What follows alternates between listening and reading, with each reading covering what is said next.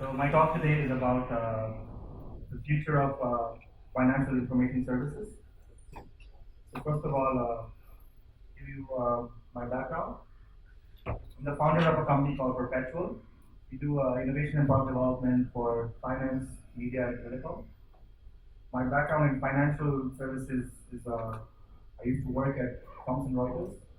I was product manager for instant messaging and for the video platform. And I have a background in computer science. So in this talk, the outline is I start with the rise of the consumer internet. So there's been a lot of changes in the consumer internet in the last few years. So I'll start with that.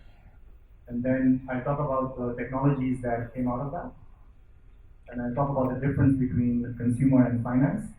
And then the most exciting part is the predictions. I give 10 predictions of the future of financial services. So with that, before 1995, there was nothing much in consumer internet. Before 95, you see, there was the PCs, and they were not connected to the internet, and there was nothing going on. But on the finance side, there was a lot of technology. See, you had mobile technology, you had financial stock quotes on pagers, you had interconnected exchanges all over the world, you had basic computers, you had telex, you even had satellite information. So around 1995, finance was very advanced and consumer internet was nothing. But then in 1995, something interesting happened. The first websites were available, launched in 95. You had MSN, Yahoo, and Amazon that just launched, and it didn't look that great. It looked very basic, just like a page almost. But on the finance side, you had the pretty advanced computers. You had different type of information, numerical information, even basic charts on finance. So finance was way ahead of consumer internet at that time. Then fast forward about 10 years, 12 years, and consumer just took off like a rocket. You saw like online commerce, smartphones, 3G networks. You saw online gaming, multiplayer gaming. You saw Twitter, like real-time technology. Facebook had launched. Facebook had gone as far as launching their own platform. But on the finance side, it's pretty much the same. You have a desktop-based terminal with some numbers, some basic charts, maybe some improvements, but mostly the same as many years ago. Now, fast forward even more, let's go. So actually, one quick look at this. So in 2007, a company called IDEO, they came up with a concept for the new Bloomberg terminal. What would we do to make the Bloomberg more modern? So they came up with a concept, an idea, and they built a UI, which is very much like a web-based UI, very usable, good information flow, news and stock information on the left, and the trading application on the right, and then also they had like attached devices. So it's a very, very cool concept, a very good idea for finance.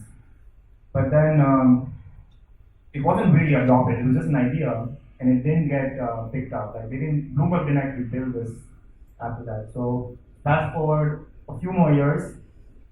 Today, 2013, you see consumer is just exploding. You have tablet-based devices. You have Flipboard, which is a highly usable interface, very advanced interface. You have real-time applications. You have things like TweetDeck, where you can monitor real-time multimedia. And you have Google Glass, which is real-time notifications. And then you have WhatsApp or WeChat in China. So much more advancement, but on the finance side, the user experience is still the same. You have a bunch of windows, you have charts, you have spreadsheets, and not much more advancement there. So let's take a look at how did we get here? Like what happened in this like 15 years? What happened? So there was a lot of changes and innovation advancements in these areas, and all the way from search, social, and communication. A lot of changes that happened in consumer. Like it went from nothing to everything in a very short time. So before search, when people had a question to ask, they would ask traditional media, like the radio or TV, or they would go to the library. Then, 95 onwards, you had Google, you had Baidu, you had Yahoo. So people had a place to go to search, and they would get information fast. And also, because search became so big, people were looking for things online. As a result, there was so many products, platforms, and technologies that were born from that. It just grew up from nothing. And then same thing with social. Before 95, social was you send a mail in a stamp, and information would be going away, voicemail. But pretty much go to dev now. We know information anywhere. But then after that, social came along, Facebook came along, Twitter came along, and sites had comments inbuilt, and that gave rise to another ecosystem of platforms and products and technologies supporting this supporting social.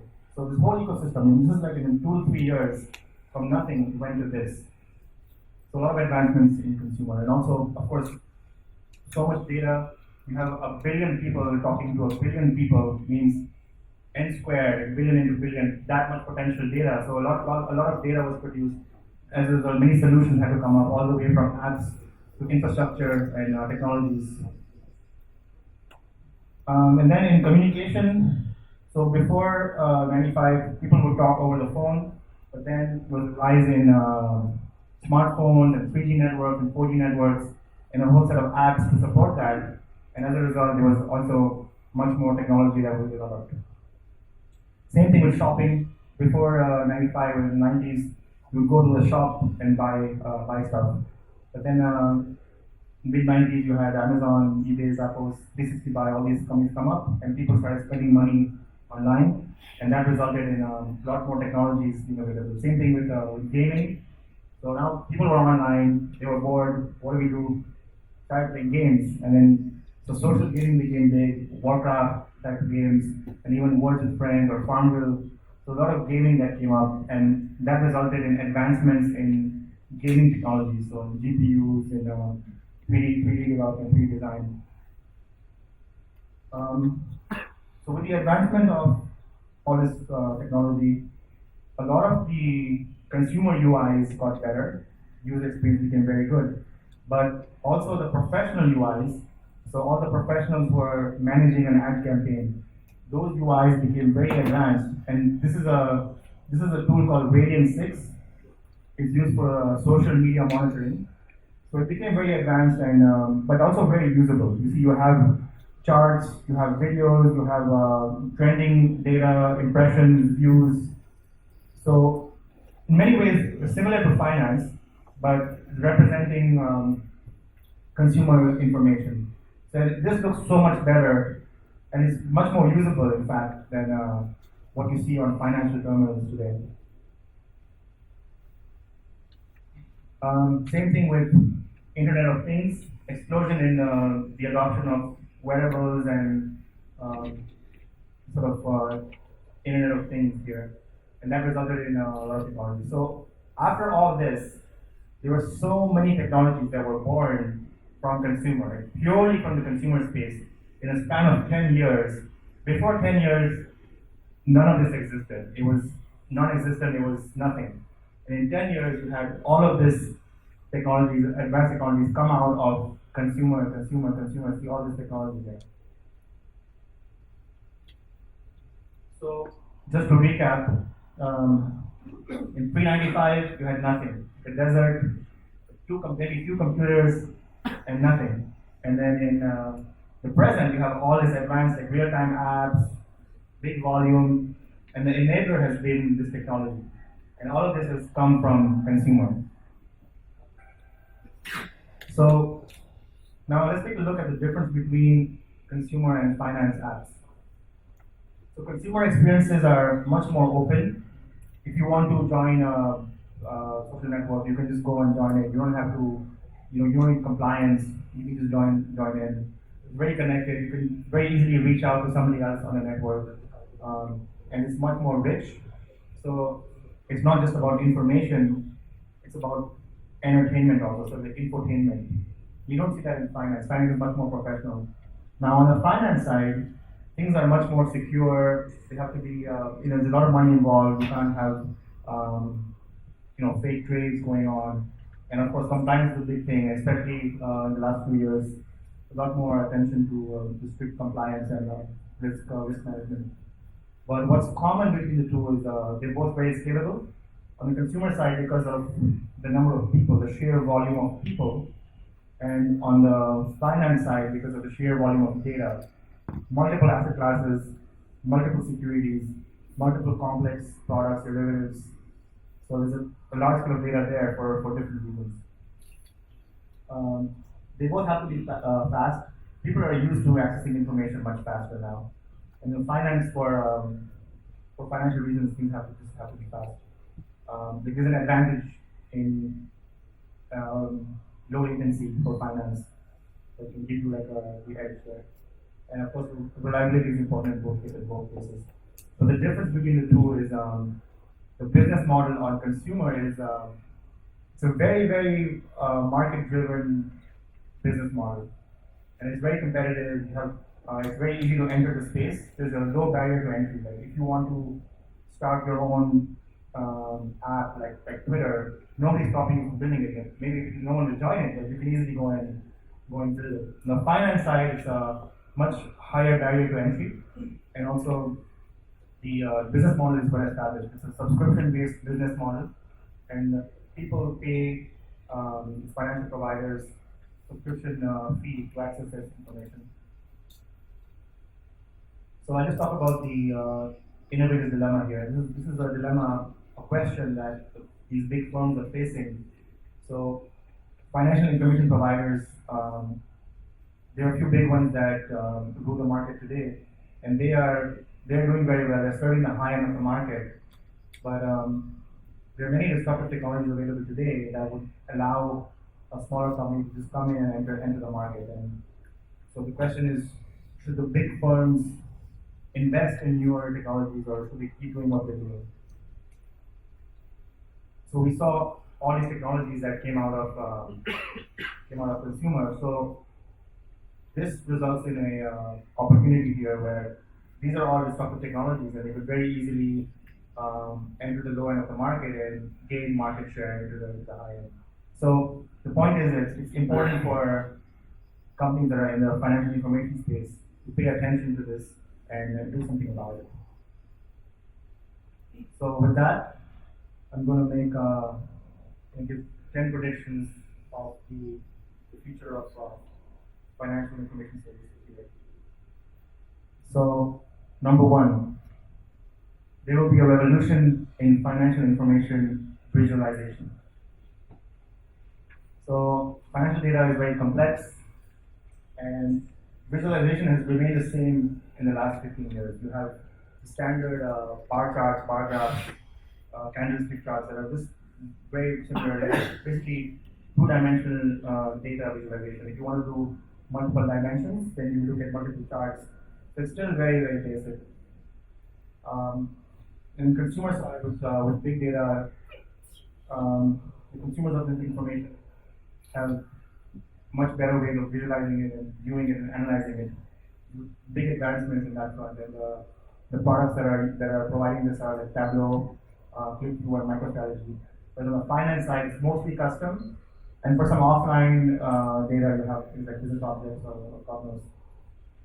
So one example of this is a product called Visual Trader.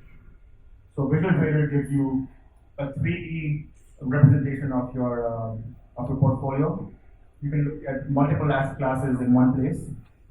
So in one view, instead of having a multiple set of windows, multiple screens, you can look at your positions right here, and you can also look at notifications, and you can see trends right here. So this is, I think something like this is what you'll see more of in the next few years. Also, there are companies like Panopticon. They're doing amazing stuff with visual visualization here. So picking up complex financial data and showing very interesting stochastic information here, showing scatter plots of different data. You can customize what you want to show right here, what you want to compare, and you can view the results very easily in a rich visual format. So there's a movement more towards, instead of charts, moving to scatter plots, moving to heat matrix, moving to like heat maps, and even tree maps. So a lot more progress on that front. So the technologies that are enabling this are HTML5 canvas, products like Raphael.js, Protovis, WebGL. So WebGL is it's not being used that much, but I think there's a lot of potential there for visualization in finance. So fast forward a few more years, maybe like not in the next 3 years, but after 3 to 5 years, I see the use of Unity 3D, 3D gaming language that's used for 3D visualization. So you'll see a lot of adoption of that in the financial visualization space. Prediction number 2, cloud services will be used much more for computation. So today in finance, there's a lot of computation that happens for all sorts of data, for modeling, for derivative analysis. So, but we don't see that much of use of GPUs. We're only starting to see that. So the prediction here is that we'll see a lot more use of GPUs and use of GPUs on the cloud. So an overview of the capabilities of GPUs. The GPUs came out of gaming primarily. Companies like NVIDIA played a big role, and they were used for physics engines to create these visual 3D maps. So they provide very high-speed computation. A typical cluster, a typical array can have 512 cores compared to 10 cores in a CPU array, and they can have 10 times the bandwidth of a CPU. And for a typical derivative model, they can be as 100 times faster than a CPU. You can see that in the graph here. GPUs are good for well-defined and well-structured computation. So if you have some conditional logic, business logic, you can do that very well in GPUs. It's a well-defined data set. It's very good for GPU computation. And other part is just they're not very flexible, and because it's parallel programming, it's very advanced. It's a very steep learning curve. So your quants they're not very excited usually about using GPUs. So the opportunities in finance with GPU, so the exotic pricing, risk analysis sometimes can take months, days, weeks, months even, trading strategy prospecting. So several applications for GPUs here. And now with GPUs, HPC being available on Amazon Web Services, it's very easy. Like overnight, you can have a high performance GPU cluster and start using it. So that's going to happen. Prediction number 3. This might be my favorite one. This is real-time solutions be adapted from the consumer world. So in consumer world, a lot of real-time activity in advertising. So monitoring ad performance, ad behavior, ad spend.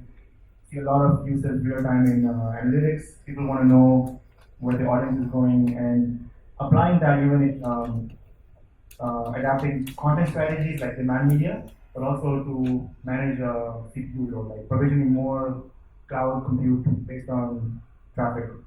Same thing, social media data processing, seeing a lot more use of real time in that, and then messaging and communication, of course, with a lot of real time integration over there. Real time in finance, streaming data, reference data access to correlate with streaming data, analysis of liquidity, and then news, communication. So a lot of applications for real time, of course, in finance. And the solutions that we use today are more traditional solutions. Pricing servers will have FPGA processor areas, and a lot of custom data, definitely, and also more traditional deep learners. Now, this is a real-time data processing model typically used in being used now in consumer. So here, what I've done is I've mapped out the potential real-time sources in finance, and the stages are capture data, process real-time stream, store the results, and then distribute it out. So first of all, let's talk about capture. So there are a few tools and options available for capture. So one of them is Apache Flume. Um, it has some pretty good properties that help efficient capture. Same thing with Facebook Scribe, it's a newer product that's useful. Google Millwheel is also a very good product. That's what they use for Google like that. So these could be leveraged in finance, but one thing about finance is information has to be transactional and it has to be sequenced. So an important part of the capture phase is capturing a persistent queue. So for that, you want to use something like RabbitMQ or GMS that has more transactional guarantees and strict model guarantees. And your persistent queue you can break up it by say like source. You can have a pricing queue, you can have an index queue, you can have a news queue, and capture this and make it ready for processing. So the next stage here is stream processing. Stream processing mainly has two parts: is cluster management and an actual computation. So for cluster management, the options are Yarn, you have Mesos, you have Zookeeper, and these pull data from your persistent queue and you schedule the computation, you manage the load distribution. So for the computation phase, Twitter Storm has been it's a pretty good product that's being used these days. So this is gives you like at least once guarantee per record. Another one is Trident, and this is it's actually built on Storm, and it gives you like high throughput and stateful processing. Now, in some cases, you want to maintain local state as you're computing, so Level DB and SAMs are good solutions for that. Alternatively, you could use Spark. That the thing with Spark is it doesn't have a persistent mode, so it's able to track back and recreate a data set in case of loss. This result is very fast, and the downside is there's unordered batch completions and there's low guarantees. So the other option for computation is just use Google Trigo, and this actually does all the steps. It does capture, it does compute, and it does storage for you also. So this could be another option to look into. Now the third step is storage. The option for this is the options are OpenTXT and LFMDB, and the pros and cons are outlined over here. So this would let you store, for example, a lot of you could use this book to save your like real-time models or your Monte Carlo simulations, and then do lookups on them to get some information. And then finally, this distribution. Distribution could be an interface to OpenTXT, it could be a connection string, it could be they have a custom UI, or you could use tools like Tableau or QCON or Microservice for that.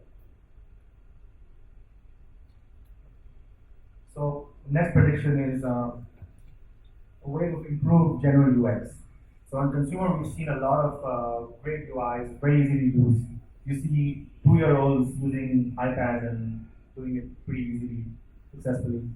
So you look at financial desktops, they're a very standard model. You have multiple screens, you have a bunch of windows, and then you have numbers, spreadsheet, prices and charts. And it's been the same for so many years. This has not changed. I think a big challenge is window management. You have too many windows everywhere. Because you want to monitor everything, it seems to make sense. So in the consumer space, the model is you have a browser, you have tabs, and that's been a bit of a challenge, managing multiple tabs. I think the problem is that the tabs are proxies for your pages. So here's something that Peter Hedges came up with. Mozilla Labs Design Contest. So the idea is that you do away with the tabs as proxy model, and your page becomes the tab pretty much. It's like a, so the idea is you have access to all your pages, and it's sort of a WYSIWYG model, like what you see is what you get, and it's a Venetian blind model. So you can bring up any window at any time, just kind of flip through like cover flow, like iPad cover flow, and have access to multiple windows um, at a given time. So you can like flip through, flip through, preview. So, okay, yeah, this is what I want. This is what I'm looking for. Expand, and you can view it right there. But in finance, you want to look at multiple things at the same time.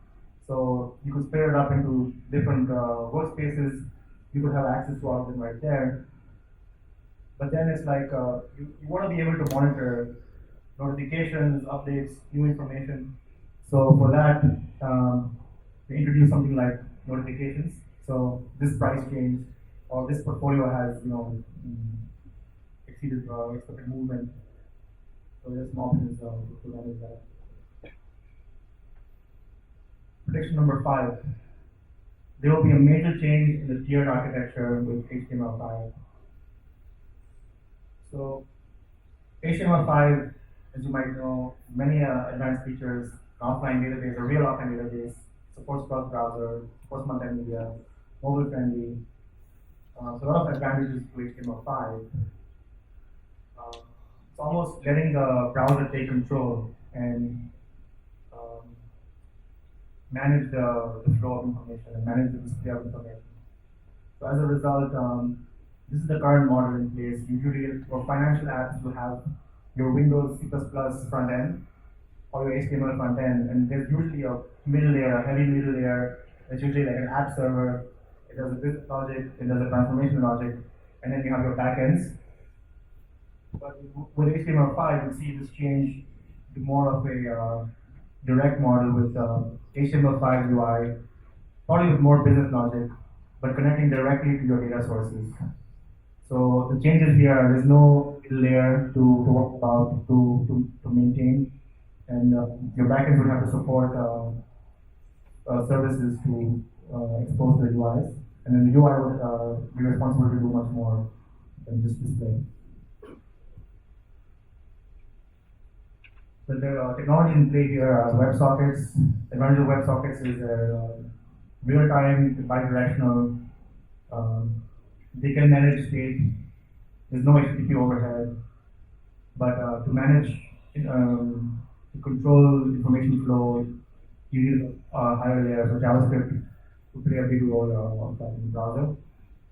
A company called Cousin is taking the lead on this. They have they're the experts in this space, and they built a set of libraries and suite of products to help manage this information on WebSockets.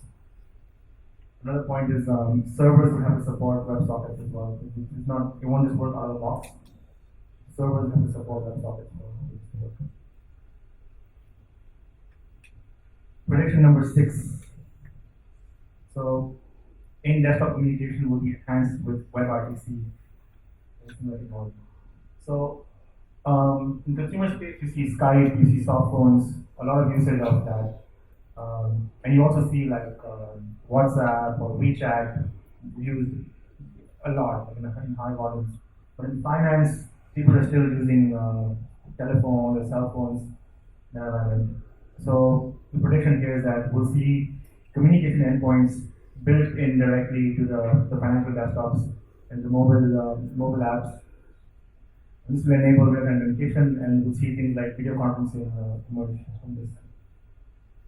Technologies, the forefront here are XMPP-based technologies. WebRTC is pretty new.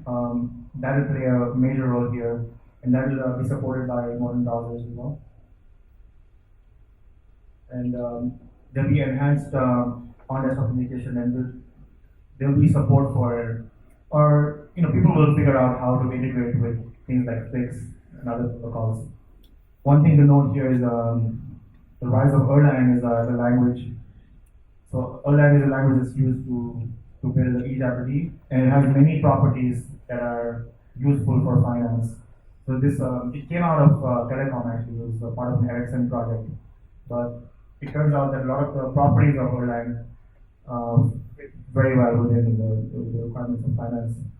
So things like concurrency, basic real time, supports distributed mode, access to the hardware. So a lot of benefits of Erlang. So I think we'll see a lot of adoption of Erlang as a language in finance. Prediction number 7. So analyst research will take on a much richer format. So today, analyst research is mostly PDF. So we'll see that change. Instead of a PDF, it's a static content, which is there's no additional data and it's self-contained. You have to, if you want to get more information on something in that document, you have to go and look somewhere else. So we see that changing. You'll take on, so today, the static PDF is created by an analyst, it's distributed to aggregators. It's a very outdated kind of model. So we'll see this change. We'll see a model, something like this, where you see a microsite, looks like a website, access to reference data, in the workflow charts, good flow, access to additional information, not in the main document, suggestions. So very web-based model, and access to video coverage right there within the application. Interactivity, you can model different charts. So, and this is a product developed by Morgan Stanley. So that will be coming soon. Technologies at play here are HTML5, CSS3, and the traditional web stacks, and also definitely like JavaScript will play a big role, most likely with some kind of framework. Next one here, number 8. Financial trading will be revolutionized to incorporate gaming and other aspects in the consumer web. Financial trading is a very predominant exercise in any financial firm. The CV7 exams, 386, 87, CFA preparation, compliance-related training. So we see a lot more adoption of consumer-like apps and readers to service need. And we'll also see an adoption of more gaming-style interaction. So instead of having a final score, as you progress through the different stages, you'll have incentives or you will earn badges, and that way get the certifications you need.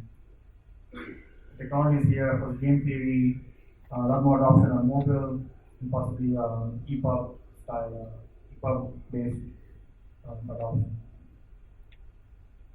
And prediction number 9, Android. So Android-based OS will become a dominant force, starting with consumer banking. So the progress of Android has been tremendous. In the last 2 years, you see the total active Android-based devices. I think this is Android and iOS across US and China is like very high, and specifically for Android, you see today we're seeing more than 1 million new devices activated over the world every day, and we're seeing 1.5 billion app downloads. But the most important thing is the next 1 billion internet activations in remote areas, those will be on an Android device. So you can't ignore Android. That's going to be huge for any industry, but specifically for finance. The technology in play here is of course Android. How does Chrome OS fit in? I think Android will still be much more dominant. It's much more mobile and it's much more evolved than the Chrome-based OS.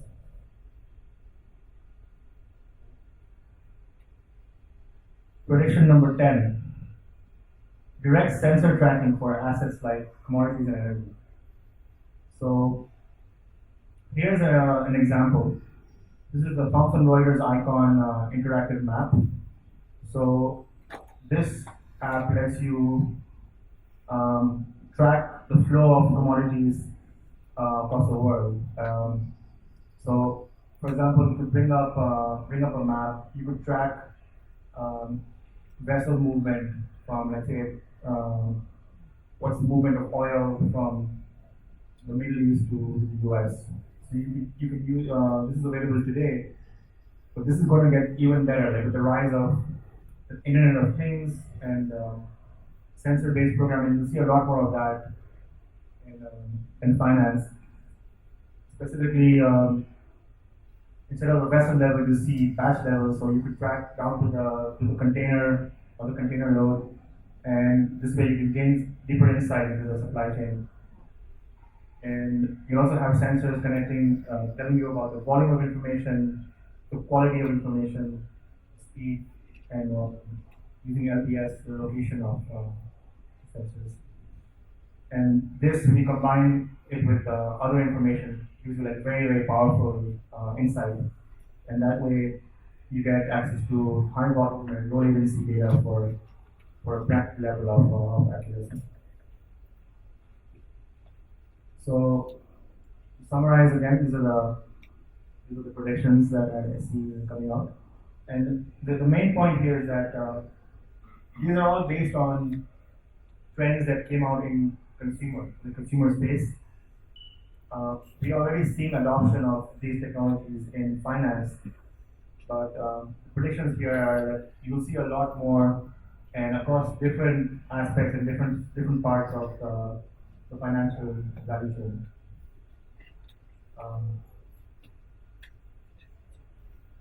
So yeah, that's pretty much it. Thank you.